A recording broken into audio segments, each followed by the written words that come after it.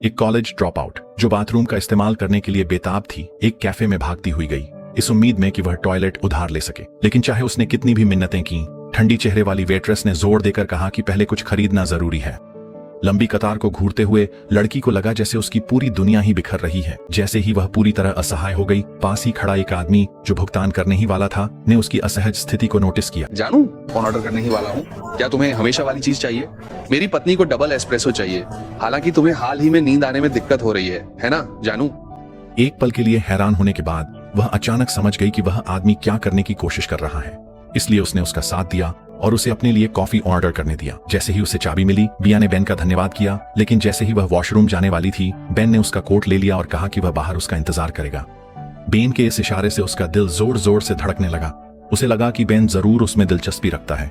तो वॉशरूम में जाते ही उसने उत्साहित होकर अपनी बहन को बताया कि अभी अभी क्या हुआ था। वह पूरी तरह से यकीन कर चुकी थी कि कुछ ही पलों में वह उसे बाहर चलने के लिए जरूर पूछेगा। लेकिन अगले ही पल नल से पानी उसकी पैंट पर पूरी तरह छिड़क गया। अगर बेन ने उसे इस हालत में देख लिया तो क्या होगा? अपनी परफेक्ट छवि बनाए रखने के लिए उसने घबराकर हैंड ड्रायर से अपनी पैंट सुखाने की कोशिश की, लेकिन गलती से खुद को जला बैठी और दर्द से एक चीख निकल गई, जिससे बाहर खड़े लोगों का ध्यान उसकी ओर चला गया। ठीक है। कई मिनट तक पैंट सुखाने के बाद वह आखिरकार वॉशरूम से बाहर निकली, लेकिन जिस निमंत्रण का वह इंतजार कर रही थी वह कभी नहीं आया। वह असहज होकर बेन को अलविदा कहकर वहां से चली गई। ठीक उसी समय बेन ने देखा कि उसके जूते के नीचे एक कचरे की थैली चिपकी हुई है और उसने उसे सावधान करने के लिए आवाज लगाई। तो क्या आप तुम मुझे बाहर चलने के लिए पूछोगे? हाँ, मैं पूछूंगा। जब भी ध्यान नहीं दे रही थी, बेन ने उस थैली पर पैर रखकर उसकी मदद की और इसी तरह एक प्यार नफरत वाला रिश्ता शुरू हो गया। क्योंकि दोनों एक दूसरे की ओर आकर्षित थे, इसीलिए एक साथ बिताया गया एक दोपहर ही उनके बीच भावनाओं के पनपने के लिए काफी था। उसी रात बी बेन का पीछा करते हुए उसके घर तक चली गई। जैसे जैसे रात गहराई और माहौल रोमांटिक हो गया, एक जुनूनी रात के बाद वे दोनों साथ में सोफे पर सो गए।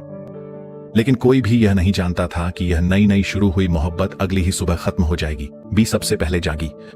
उसने चुपचाप बेन का हाथ अपने ऊपर से हटाया, सावधानी से अपना सामान पैक किया और चुपके से बेन के घर से निकल गई। लेकिन उसे यह नहीं पता था कि उसकी हलचल से बेन पहले ही जाग चुका था। मैं तुम्हारे जागने से पहले ही चली गई थी। मैंने तुम्हें क्यों जोड़ा? मैंने नहीं। ये सब मेरे लिए बहुत नया है। अलविदा। वो बस वहीं लेटा रहा, चुपचाप उसे जाते हुए देखता रहा, बिना कुछ कहे।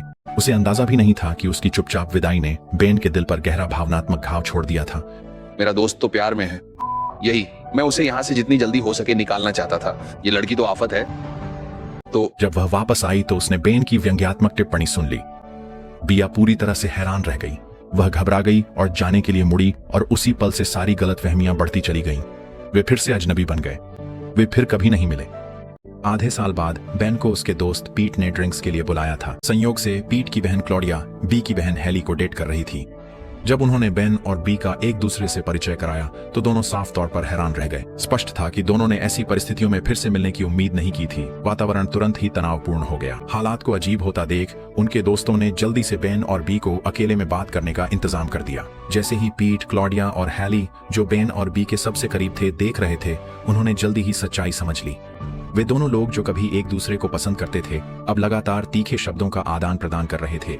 यहाँ तक कि हैली और क्लॉडिया के रिश्ते को भी अपनी बहस में घसीट लाए थे। बेन और बी दोनों को लगता था कि हैली और क्लॉडिया का रिश्ता ज्यादा दिन नहीं चलेगा। अगर वे बस यह रात निकाल लें तो शायद उन्हें फिर कभी एक दूसरे को देखना न पड़े। लेकिन उनकी हैरानी के लिए 3 महीने बाद हैली और क्लॉडिया ने सगाई कर ली। शादी एक यूरोपीय देश में होने वाली थी और जाहिर है बेन और बी दोनों को आमंत्रित किया गया था और वे दोनों एक ही उड़ान में भी पहुंच गए। बी को अकेले यात्रा करते देख बेन को उस पर मजाक करने का सुनहरा मौका मिला और वह उससे मिलने चला गया। क्योंकि उस रात बार में बी ने कहा था कि उसका पहले से मंगेतर है, लेकिन अब वह शादी में अकेली जा रही थी। बेन ने मजाक में उसके बगल में बैठे किसी अजनबी बूढ़े आदमी की ओर इशारा किया और उसे बी का मंगेतर कह दिया। इससे बी अवाक रह गई और उसका अच्छा मूड तुरंत खराब हो गया। एक बार फिर वे दोनों जुबानी जंग में उलझ गए, जो तभी खत्म हुई जब विमान उड़ान भरने ही वाला था और बेन वापस अपनी बिजनेस क्लास की सीट पर लौट गया। उस रात बाद में बी की नींद खुली और उसे वॉशरूम जाना था, लेकिन वह पहले से ही किसी ने घेर रखा था। इंतजार करते हुए उसने देखा कि वह ठीक बेन के बगल में खड़ी है। उसकी ट्रे पर रखी एक कुकी ने बी का ध्यान खींचा।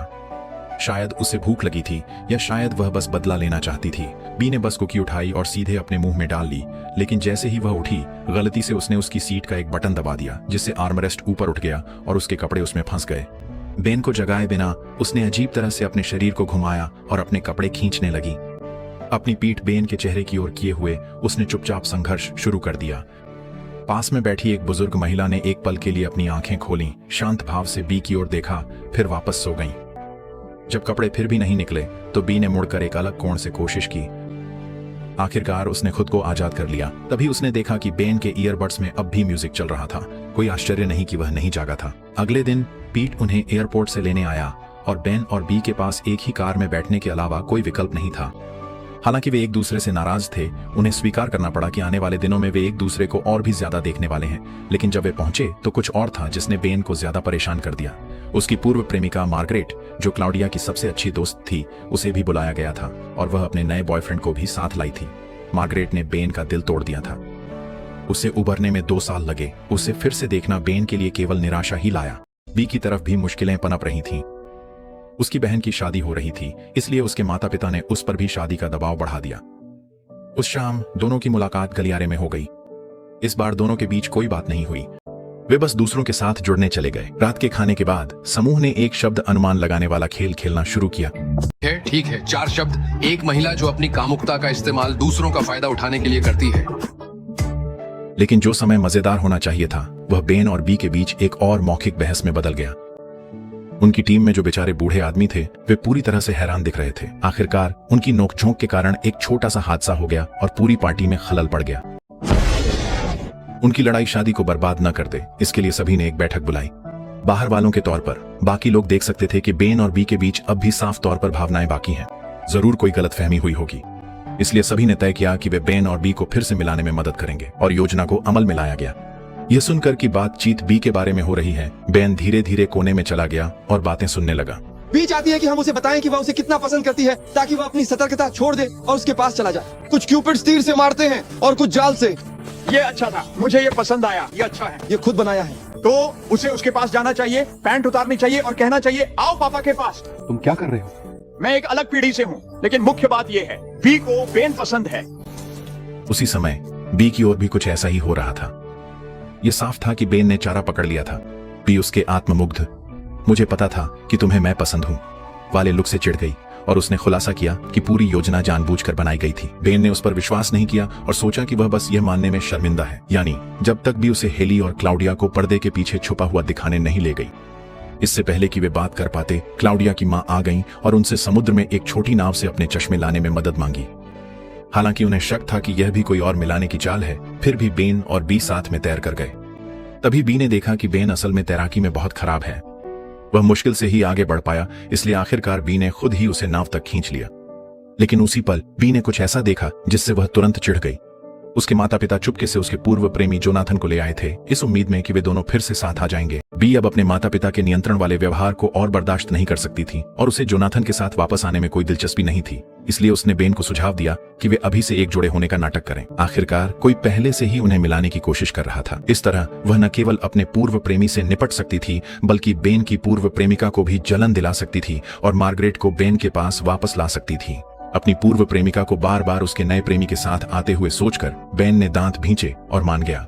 सबसे पहली चीज जो उन्हें करनी थी वह यह थी कि सबको बता दें कि वे दोनों साथ हैं। सबसे आसान और असरदार तरीका था सार्वजनिक रूप से प्यार जताना, लेकिन वह दृश्य बिल्कुल भी सुखद नहीं लगा। दरअसल इससे लोगों को थोड़ी असहजता हुई। स्पष्टतः इसका वह प्रभाव नहीं हुआ जिसकी उन्हें उम्मीद थी। इसलिए एक सामूहिक हाइकिंग ट्रिप के दौरान उन्होंने एक और प्रदर्शन करने का फैसला किया। वे अपने प्रदर्शन में मग्न थे, कानों में फुसफुसा रहे थे, शरारती अंदाज में पकड़ रहे थे। अनजान थे कि कोई नहीं था, कि कोई उन्हें नहीं देख रहा था। एक जंगली कोआला ने सबका ध्यान अपनी ओर खींच लिया था। इतनी हलचल के बावजूद भी वे किसी का ध्यान आकर्षित करने में असफल रहे। बेन पहले से ही पूरी तरह से घबराया हुआ था। उसने अपना पिछवाड़ा बाहर निकाल दिया और बी से उसे जांचने के लिए कहा, जोकर। यह देखकर कि यह तरीका काम नहीं कर रहा था, बी ने तय किया कि वह अपने माता पिता को सच बता देगी। उसने बेन का हाथ पकड़ा और अपने माता पिता से कहा कि वे दोनों एक रिश्ते में हैं। शुक्र है उसके माता पिता ने कोई आपत्ति नहीं की। उन्होंने कहा कि वे केवल जोनाथन को इसलिए लाए थे क्योंकि वे उसकी चिंता करते थे। बाद में बी ने जोनाथन से लंबी बातचीत की। उसे यह स्वीकार करने के लिए मजबूर होना पड़ा कि बी आगे बढ़ चुकी है, हालांकि यह साफ था कि वह अब भी उसे भुला नहीं पाया था। बेन की तरफ भी एक अप्रत्याशित सरप्राइज था। मार्गरेट बेन के पास आई और बी के साथ उसके रिश्ते के बारे में पूछने लगी। उसने इशारों इशारों में यह जताया कि वह फिर से बेन के साथ होना चाहती है। यहाँ तक कि उसने यह भी मान लिया कि उसका मौजूदा बॉयफ्रेंड तो बस मजे के लिए है। उसने कहा कि बेन वही किस्म का आदमी है जिससे शादी की जानी चाहिए। इससे बेन को लगा कि उनकी योजना काम कर रही है। वह उत्साहित होकर बी के पास दौड़ा ताकि अगले कदम पर चर्चा कर सके। हालांकि बी की अपनी समस्याएं लगभग सुलझ चुकी थीं, फिर भी उसने बेन के लिए यह नाटक जारी रखने के लिए हामी भर दी। तो उन्होंने तय किया कि उस रात की यॉट पार्टी में वे चीजों को एक कदम और आगे बढ़ाएंगे। जब वे निकले, बी की सेक्सी ड्रेस ने बेन के लिए अपनी नजरें उस पर से हटाना मुश्किल कर दिया। वह बी के लिए कार का दरवाजा खोलना चाहता था, लेकिन मार्गरेट बीच में ही बैठ गई। इसलिए बी को उनके पीछे वाली कार में बैठना पड़ा। लेकिन जब वे बाहर निकले तो उन्होंने मौके का फायदा उठाया और प्यार का बड़ा प्रदर्शन किया।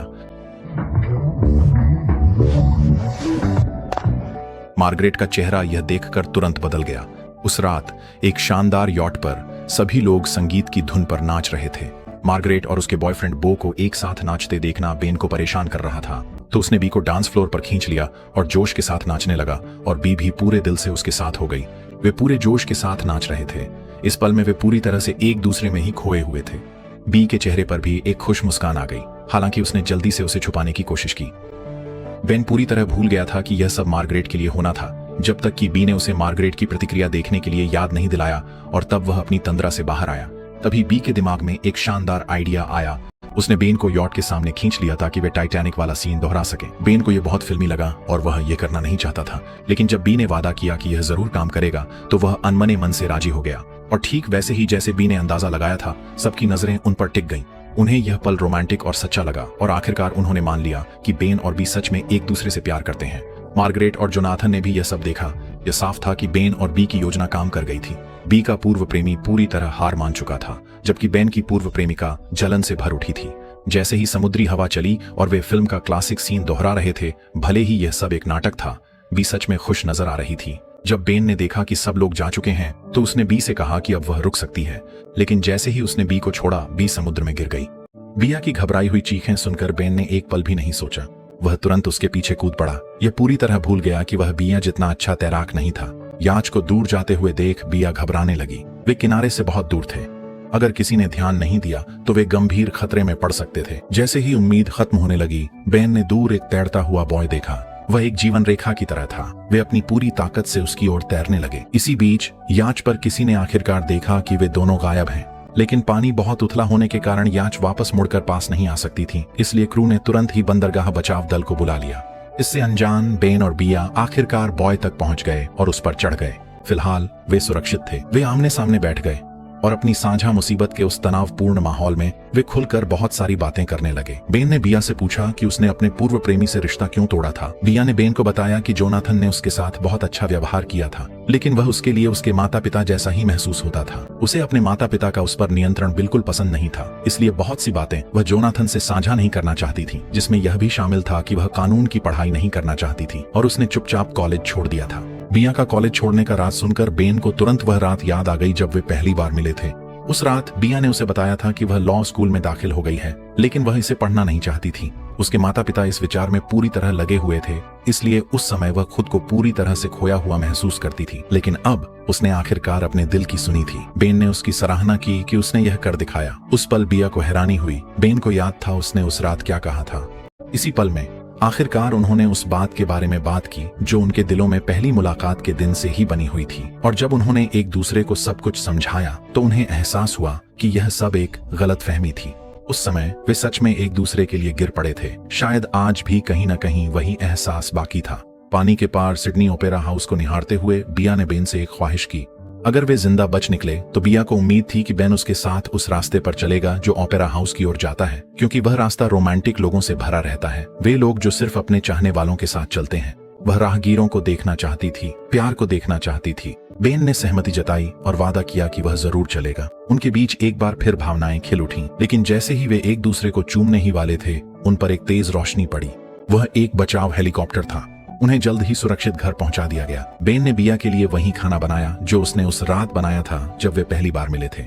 जैसे जैसे उनके जज्बात और गहरे होते गए, उसी पल प्यार की आतिशबाजी पूरी तरह से भड़क उठी। जब बिया को लगा कि उसने एक खूबसूरत रिश्ता शुरू कर लिया है, तभी अचानक सब कुछ बदल गया।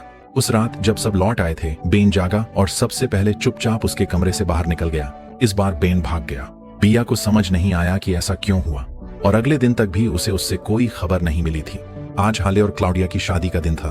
बिया को मार्गरेट के साथ कस्टमाइज्ड वेडिंग केक लेने जाने का काम सौंपा गया था।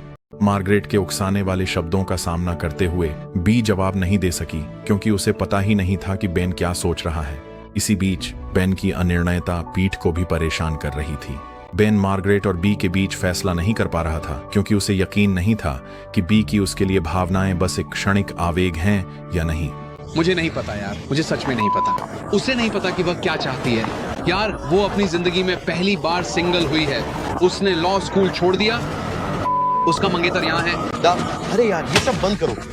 लड़का अरे रुको रुको, अरे दोस्त, जब भी कोई बात गंभीर हो जाती है तो आप भाग जाते हैं, खुद को बेवकूफ कहते हैं, कोई बहाना बनाते हैं और बस अगले मुद्दे पर आगे बढ़ जाते हैं। वो बिया है, तुम उसके लिए नाव से कूद गए थे। पीट की बातों ने बेन को जगा दिया। उसे एहसास हुआ कि अंदर ही अंदर उसने पहले ही अपना फैसला कर लिया था, लेकिन जैसे ही वह बिया को ढूंढकर पिछली रात भाग जाने के लिए माफी मांगने वाला था, बिया की तरफ कुछ बड़ा हो गया। उसके माता पिता को पता चल गया कि उसने चुपचाप स्कूल से ब्रेक ले लिया है और वे उससे सामना करने के लिए गुस्से में आ गए। सबके सामने सच सामने आ गया और बिया ने सिर्फ एक ही व्यक्ति बेन को बताया था, तो सिर्फ एक ही संभावना थी। ठीक उसी वक्त बेन भी वहां आ गया। आखिरकार वही बेन था जिससे यह राज खुल गया था। भावनाओं से घिर गई थी और उसने अपने माता पिता से मिली सारी चोट और निराशा बेन पर निकाल दी। इसी तरह उनका मुश्किल से शुरू हुआ रिश्ता एक बार फिर खत्म हो गया। अब जब बात इतनी आगे बढ़ गई थी, बिया को अब किसी भी चीज की परवाह नहीं रही। उसने हार मान ली और सबके सामने पूरी सच्चाई कबूल कर ली कि वह और बेन एक जोड़े होने का नाटक कर रहे थे। जब सब लोग झूठ सुनकर हैरान थे, तभी एक कुत्ता आया और उसने वेडिंग केक गिरा दिया। नहीं, मुझे बहुत अफसोस है। क्लाउडिया ने बिया और बेन की ओर देखा और गुस्से में वहां से चली गई। आखिरकार उन्हीं की वजह से सब कुछ बिखर गया था। बर्बाद हुआ केक इस अधूरी शादी की किस्मत पर मुहर लगा गया। बिया ने बेन की ओर देखा। उसके मन में दुख और शिकायतें भरी थीं। अपने पिता की नजरों के सामने वह चुपचाप अपने कमरे में लौट गई। शादी दोपहर के लिए तय की गई थी, फिर भी इसे जारी रखना था। खिड़की से बेन ने हैली और क्लाउडिया के बीच हो रही बातचीत सुन ली। यहाँ तक कि मेरे साथ तुम अपनी प्लानिंग को लेकर ज्यादा चिंतित रही। तुम मुझसे शादी कर रही हो या अपनी योजना से? अगर तुम्हारा यही मानना है तो हम ये सब कर ही क्यों रहे हैं? उसे अब तक एहसास नहीं हुआ था कि उसने और बिया ने उन्हें कितना नुकसान पहुंचाया है। वह तुरंत बिया के दरवाजे पर दस्तक देने के लिए दौड़ा। इस समय वे केवल यही कर सकते थे कि हैली और क्लाउडिया को उनकी शादी शांति से पूरी करने में मदद करें। बेन और बिया की सच्ची माफी के साथ जोड़े ने उन्हें माफ कर दिया। इसके तुरंत बाद सभी खुशी खुशी शादी के वेन्यू के लिए रवाना हुए और हर्षोल्लास के माहौल में समारोह सुचारू रूप से संपन्न हुआ। रिसेप्शन में बिया को एक ऐसा सरप्राइज मिला जिसकी उसने कभी उम्मीद नहीं की थी। उसके माता पिता उससे उन कठोर शब्दों के लिए माफी मांगने आए। उन्होंने उसे बताया कि वे समझते हैं और वे न तो नियंत्रित करने वाले हैं और न ही संकीर्ण सोच वाले। जब तक वह उनसे बात करने के लिए तैयार है, वे हमेशा उसके फैसलों का समर्थन करेंगे। उस पल में बिया को एहसास हुआ कि शायद उसका राज्य उजागर होना इतना बुरा भी नहीं था। अब से उसके और उसके माता पिता के बीच चीजें वाकई बेहतर हो सकती हैं। दूसरी ओर मार्गरेट ने बेन के सामने अपनी भावनाएं कबूल कर लीं। जब वो सर्फिंग करने गई थी, मार्गरेट ने बेन को डांस फ्लोर पर खींच लिया और उसे बताया कि वह उसे कितना याद करती है। फिर उसने उसे चूमा। ये उनका बहुत समय से लंबित चुंबन था। लेकिन उसी पल बेन को आखिरकार समझ आ गया। वह पुरानी यादों को बहुत कसकर पकड़े हुए था। पछतावे से परेशान था, क्योंकि उसने सब कुछ दे दिया था लेकिन बदले में कुछ नहीं मिला। लेकिन वह प्यार नहीं था। अब उसके मन में मार्गरेट के लिए वे भावनाएं नहीं रहीं। उसे यह नहीं पता था कि बिया ने वह चुंबन देख लिया था। उस एक पल ने उसका दिल तोड़ दिया और वह वहां एक पल भी और नहीं रुक सकी। वह चुपचाप शादी के वेन्यू से निकल गई। वह भीड़ भाड़ वाली सड़कों से होकर चली, लेकिन उसके दिल में बस अकेलापन और दर्द था। उसने हाथ उठाकर हेला कैब रोकी और जैसे ही वह अंदर बैठी, उसकी आंखों से आंसू बहने लगे। चाहे कितनी भी कठोर बातें कही गई हों, चाहे कितनी भी गलतफहमियां में रही हों, उसके दिल की टीस ने साफ कर दिया। वह अब भी इस आदमी से प्यार करती है। इसी बीच बेन अकेला बैठा था, गहरी सोच में डूबा हुआ। वही दोस्त जिन्होंने पहले बेन और बिया को एक साथ लाने की कोशिश की थी, फिर से इशारे करने लगे। लेकिन इस बार बेन ने उन्हें टोक दिया और अपनी झुंझलाहट जाहिर कर दी। उसे अब खुद भी नहीं पता था कि बिया के लिए उसके असली जज्बात क्या हैं। वह बस उलझन, शक और बेचैनी ही महसूस कर रहा था। तभी क्लाउडिया के पिता ने एक ही वाक्य कहा, जिसने अचानक उसे झकझोर दिया। अपने दिल के चुनाव पर भरोसा करो। सच्चा प्यार बहुत दुर्लभ और अनमोल होता है। इसे खो देने के बाद पछताने का इंतजार मत करो। गहरी सोच के एक पल बाद बेन ने अपना मन बना लिया। उसे उस औरत को ढूंढना था जिससे वह प्यार करता था। लेकिन फिर उसे बताया गया कि बिया तो पहले ही जा चुकी है। जब सबने उसे मार्गरेट को चूमते हुए देखा तो सभी ने उसे बिया के पीछे जाने के लिए कहा, लेकिन किसी को नहीं पता था कि वह कहाँ गई है। बिना किसी मंजिल के उसे ढूंढना भूसे के ढेर में सुई तलाशने जैसा होता। तभी हैली ने एक अहम बात बताई। जाने से पहले बिया ने उन्हें बताया था कि वह शायद पासर्स बाय को देखे जा सकती है। पासर्स बाय को देखना यही है, यही वह जगह है। अगले ही पल बेन ने एक कप कॉफी एक ही घूंट में पी ली। फिर सबकी हैरान नजरों के बीच वह चट्टान की ओर दौड़ा और चिल्लाया, पोर्ट रेस्क्यू टीम को बुलाओ। और इसके साथ ही वह सीधे चट्टान से कूद गया। पता चला बिया को ढूंढने का यह सबसे तेज तरीका था जो उसके दिमाग में आया जब उसे बचाव हेलीकॉप्टर में खींचा गया और क्रू को पता चला कि वह उस लड़की के पीछे भाग रहा है जिससे वह प्यार करता है, तो उन्होंने मदद करने में एक पल की भी देर नहीं की। इसी बीच बिया सच में सिडनी ओपेरा हाउस चली गई थी। वह वहां खड़ी थी, सभी रोमांटिक जोड़ों को गुजरते हुए देख रही थी, लेकिन उसकी आंखों में अकेलापन भरा हुआ था। तभी अचानक जैसे ही दूर से एक गरजती आवाज पास आई, वह पलट गई और उसी पल उसके भीतर एक जबरदस्त खुशी की लहर दौड़ गई। बेन बिना किसी हिचकिचाहट के उसकी ओर दौड़ता हुआ आया।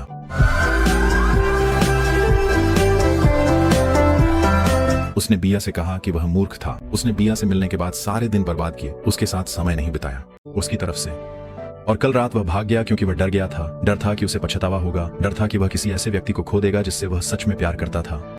एक दिल से निकले और भावनात्मक इजहार के बाद वे आखिरकार उसी पल एक हो गए। जब वे पहली बार मिले थे तभी पहली नजर में प्यार हो गया था। सारी गलतफहमियों और कड़े शब्दों के बावजूद वे अब भी वैसा ही महसूस करते थे। दो सच्चे लोग जिन्होंने एक बार फिर एक दूसरे को चुना। जिस पल वे मिले शायद उसी वक्त उनका प्यार किस्मत में लिखा जा चुका था। तो अब क्या आपने उस इंसान को ढूंढ लिया है जो आपसे सच्चा प्यार करता है?